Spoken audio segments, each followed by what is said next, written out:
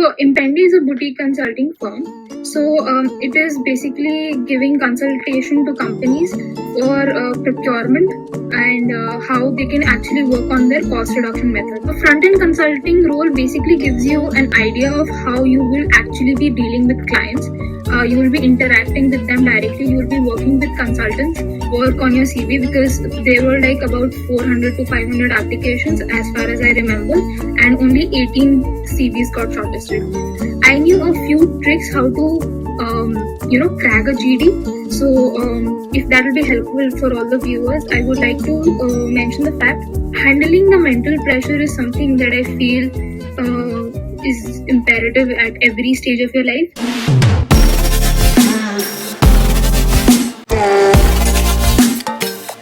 Welcome to Placement Experience Journey brought to you by UpScale Talks. We have gotten someone again from consulting domain. So for today's session, we have gotten Ebani. Ebani is currently placed at Impendi. Hi Ebani, how are you? Can you tell us about your journey? Hi Arjit, pleasure to be here. I'm doing well. I hope you're doing well too.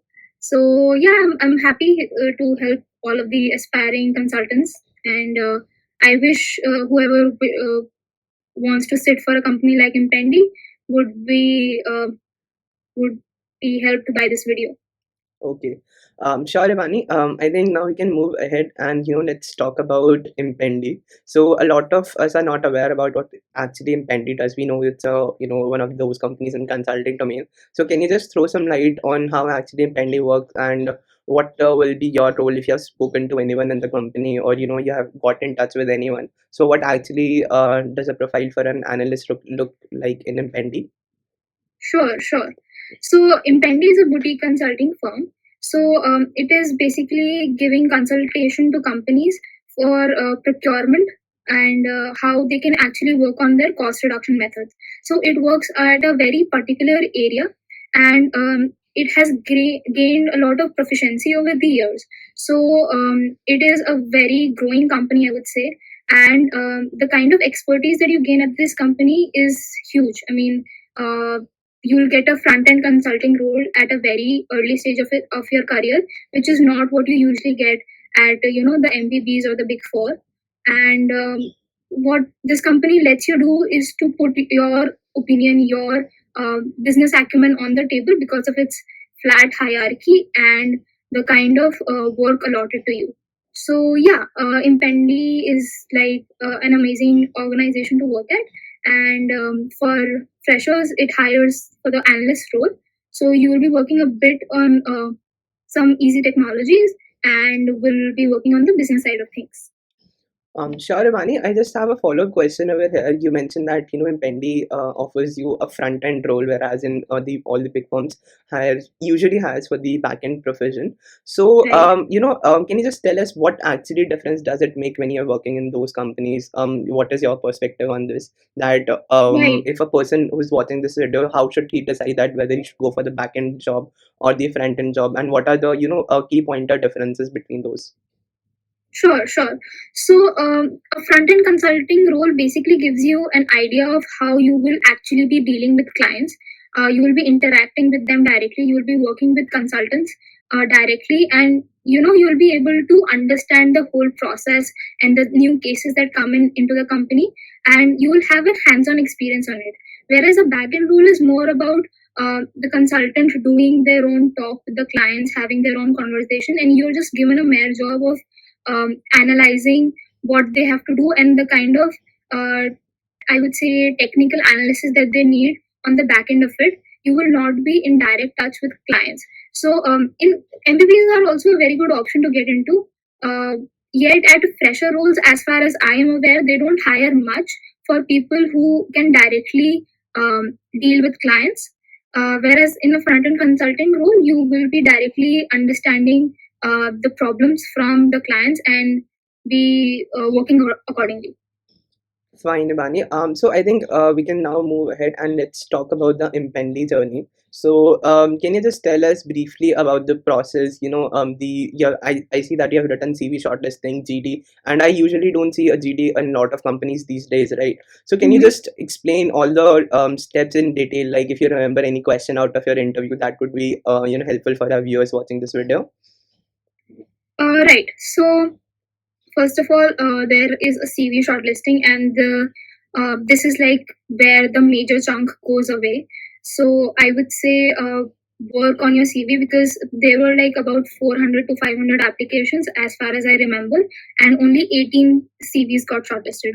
So it is a very, very tough CV shortlisting, I would say, and just make your profile stronger. I think we'll delve into something like CV profile building a little later in this presentation.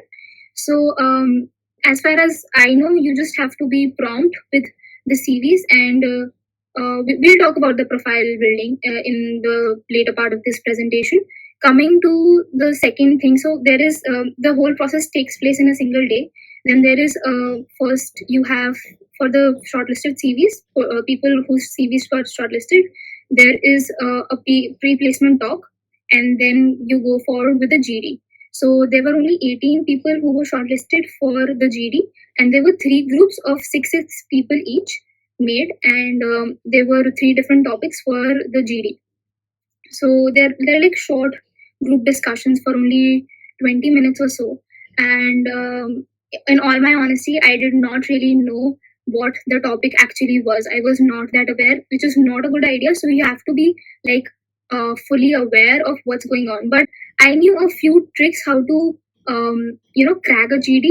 So if that will be helpful for all the viewers, I would like to mention the fact that you should not start in a GD until unless you are fully equipped with the topic of the group discussion. So, in case you know it in detail and you're confident on your opinion of it, you should not really start with it. But if you are, it is a very good point for you to start, because it earns you brownie points. So, since I was not really aware of the topic much, so I did not start. But then I made sure that I was giving fruitful points after hearing two or three people, and I made sure that I concluded the discussion. So it is very it's a high tendency for people in a GD to diverge to a different topic, or start fighting, or just give rebuttals. That's not really how you tackle a GD. A group discussion is more of a discussion where you don't have to necessarily agree or necessarily disagree with someone. You just have to give your opinion on things, and you have to make sure that the problem is talked about as well as the solution is talked about. So, if it's a 20-minute GD and you see that already 12 to 13 or maybe 15 minutes have already passed and you are only talking about the problem, then you should take the responsibility to talk about the solutions also. Because if you don't do that, the whole group discussion is a waste. And make sure your points are very relevant to the topic. You're just not talking anywhere in the up in the air, or just giving jargons. You should understand what you're putting on the table, and it should make sense to everyone. And in terms of the conclusion that I did, which I felt was my plus point and why I got shortlisted for the further rounds, was I made sure that all of the points which have been talked about, even by the other people in the GD, I repeat them and conclude accordingly. So I was like, okay, now that we have to conclude with the GD, we rightly got the points for this, and this. So I literally made pointers out of it, and it is also a good idea to write during a GD. So yeah, that is something I think which worked for me. And I also talked about one economic crisis, so giving like historical references or something which shows that you're aware of what's going around is a good idea during the GD. Then moving forward for the interview rounds. So there was only one person in each GD that was selected for the further rounds. So only three people got into the first round of interview, which was an Excel round. Now, Excel round is something which is very specific, and I mean, I have not personally seen it in any other company than Impendi. What they give you essentially is an Excel sheet with a lot of data, and which is like a lot of data. It's huge data, and there are various columns, various rows, and then there is another sheet within the same workbook where there is a table made, and you have to fill the table according to the previous table, the raw data that has been given to you. So obviously, I mean, there are not direct values. You have to understand and put formulas, and in order to prioritize which columns to use, how to use them to fill the table which is essentially required by the company. So at first it seemed very overwhelming to me because it was huge data, and that data needed to be prioritized very importantly. And what I think worked well for me was I was asking a lot of questions. So my first reaction on looking at the data was I cannot really clear this round because this is too tough. But what I just did was kept my calm and moved forward with asking questions to the interviewer. So what that does is the interviewer understands what your thought process is, and will try to guide you in the right direction. So by taking his help, I went forward with it, and I was actually able to fill the data in the other table. So yeah, that was something that really worked well for me. And Also, then there if I was have a also question over another here, case. that the Excel round that you have mentioned was live Hmm. with the interviewer, or you were given the Excel sheet previously, you had to solve something, and then it was you were asked to present it. What was the situation? No, so it was live. So when the interviewer came, he presented his own screen, and he also gave me some screen rights. I think that is a feature in one of the video conferencing platforms. So I could actually play with data and modify things, put filters, and accordingly, like whatever is possible in an Excel sheet. So that was a live data, and I kept on reading and understanding and explaining my chain of thought to the interviewer. So it was nothing was given to me beforehand. Okay. All right. So I think I was explaining that there was another case that was left, that was a part of the first round of interview. So he gave me a typical. It was not really a typical case. I would say something like a medium to hard case interview. And I had to. It was a profitability case only. Yet it was not a generic profitability case. It was very specific. And then we went to the third round, the second round of interview, which was like the third round in all, and the final. So amongst the three people who got shortlisted for the interview rounds, two made it to the final round of interview, and one person got rejected at that level. Then the final case interview was by the India head of Impendi. It was a very tough case, and it was a real case that is handled by the company. So you are given like literal hands-on experience on how you would actually solve a real case. So a real case is very different from what we really solve in while preparing for consulting firms, because you usually have like generic answers for all the case interviews that you practice. But in a real life situation, you've already tried those basic things, but you still haven't found a solution to it. So you really have to brainstorm a lot. And for that particular case, I was just asking questions and trying to understand. I There was 2-3 points in the interview. I had just like literally nothing going on my mind, and I could not really solve it. I had explored all the options that I had, but you just have to show your willingness, I would say. And then there was a very small hint that was dropped by the interviewer, and that I could really grasp well. And then I was actually able to solve a real life case. And the subsequent questions that he asked me were also explained well, which I think was the reason that I actually got selected. So yeah, that was More the of whole it. process for the day. Okay. Ibani, you mentioned that I was listening to you when you were talking about the GT. So you said that a lot of companies don't ask GT, but you should be well Right. prepared for that. And you also gave us a few tips how to excel in GT. But Mm-hmm. you mentioned that you did not have the exact knowledge of the subject or the topic that was given to Right. you. So Right. what can you recommend in these situations? How can you gather, or how can you prepare well for the GT when you are you know that it's coming ahead of me? So, what all things in generic a person should cover? Right. So, as I mentioned before, one thing is just be aware of your surroundings. Be aware of the the current affairs that are going on, and be updated with news. That is one thing that is definitely should be there. But in case you are in a situation where the GD has already started and you realize that you have not really known about the topic, then don't start with it. That will be my recommendation. Don't start with the topic, because if you start with it and it goes wrong, then it gives a really bad impression to the interviewer, and it significantly reduces your chances to be selected.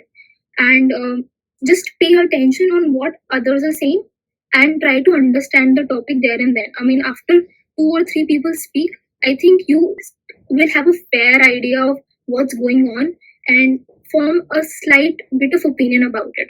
Then you will try to relate with your current knowledge and how you can actually proceed with contributing to the group discussion. So also don't overspeak, I would say, in a GD. Don't be just like speaking, or just be contradicting others. That is not how people want a GD to be. Just drive it in the right direction and make sure that your points are very relevant to the topic. And don't speak less. Just don't speak like once, and uh, you know don't not really proceed further. Speak, I would say, like thrice, and give relevant points to the table. Fine. So also, talking about your two interview experiences, what I got of Mhm. it was that both of those rounds were difficult for you. You mentioned that in the Excel round you did not have exact knowledge of the subject, and the how you excelled those rounds were that you asked a lot of questions. You mentioned in the case interview Right. as well. So how important does it become to get information out of the interview, because he also wants to see that if you are well versed with the subject, can you extract the information out of me or not? So how important Right. asking question becomes in an interview? Indeed, very, very important. So, as far as the Excel round is concerned, one advantage that I had was my previous experience at my summer internship was a lot around Excel. So, I worked around Excel a lot. So, I was at least familiar that I would not falter at the technology. But if that is also not something that I think people really focus on the interview, the Excel round is more about understanding the data and how you can prioritize and use the data to find out metrics that are actually to be studied. So there was, at the end of the day, you realize there are simple multiplication, division things that you have to do, but those need a little brainstorming and asking for relevant data and asking what this metric actually means and how can you actually use this column. Just explain your thought process to the interviewer, because otherwise you will not be able to land up to a situation that you really are supposed to be. There is a high chance that if you just start solving without asking any questions, you're going in a wrong direction.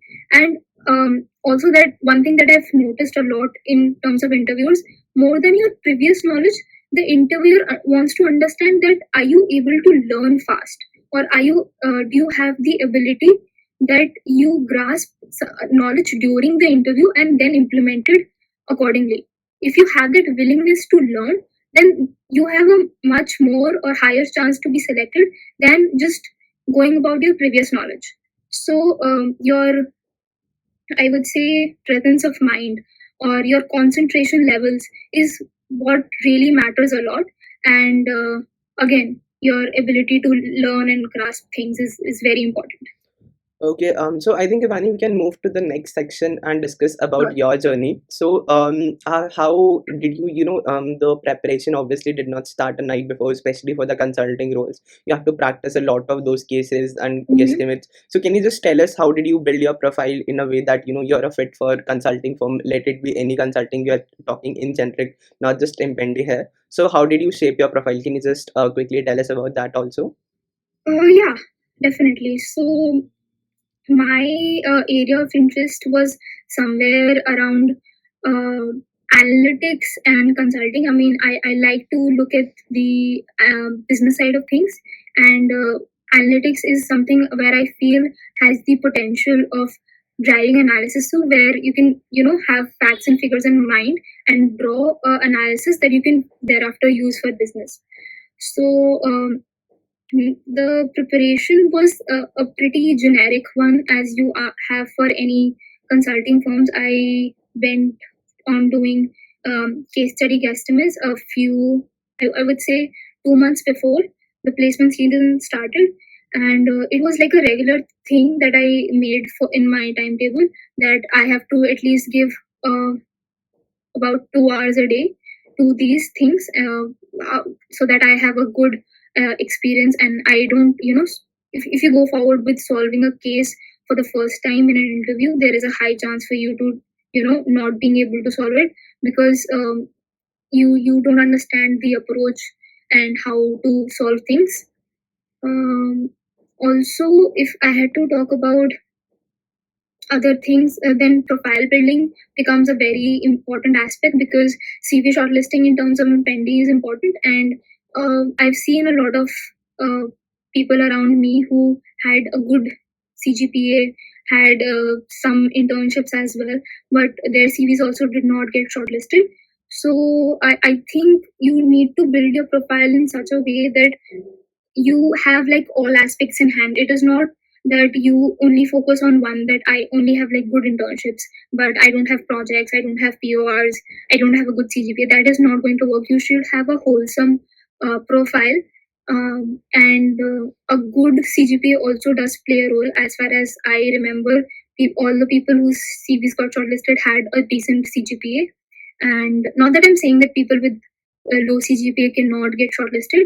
So I mean, people with high CGPAs also did not get shortlisted. So CGPA is definitely not a factor, but it does play a role in terms of some kind of eligibility, which obviously the company will not disclose.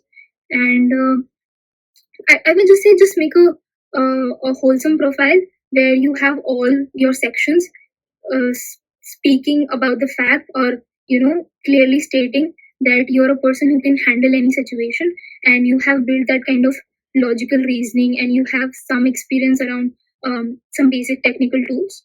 So yeah. Okay, so now we can move to the next section, that is essentially our last section, wherein you can guide Mhm. the viewers watching this video. So let's so let can for the timing, you can assume that you can give advice to all the people. Let it be in first year, Mhm. second year, or third year watching this video. How should they shape their profile? What should they start with? Whether if the person watching is in first year and has aim to land it in BB or any big firm, especially in the Mhm. field of consulting. So, what are your advices, and what should they shape in a way that their profile becomes fit for these companies?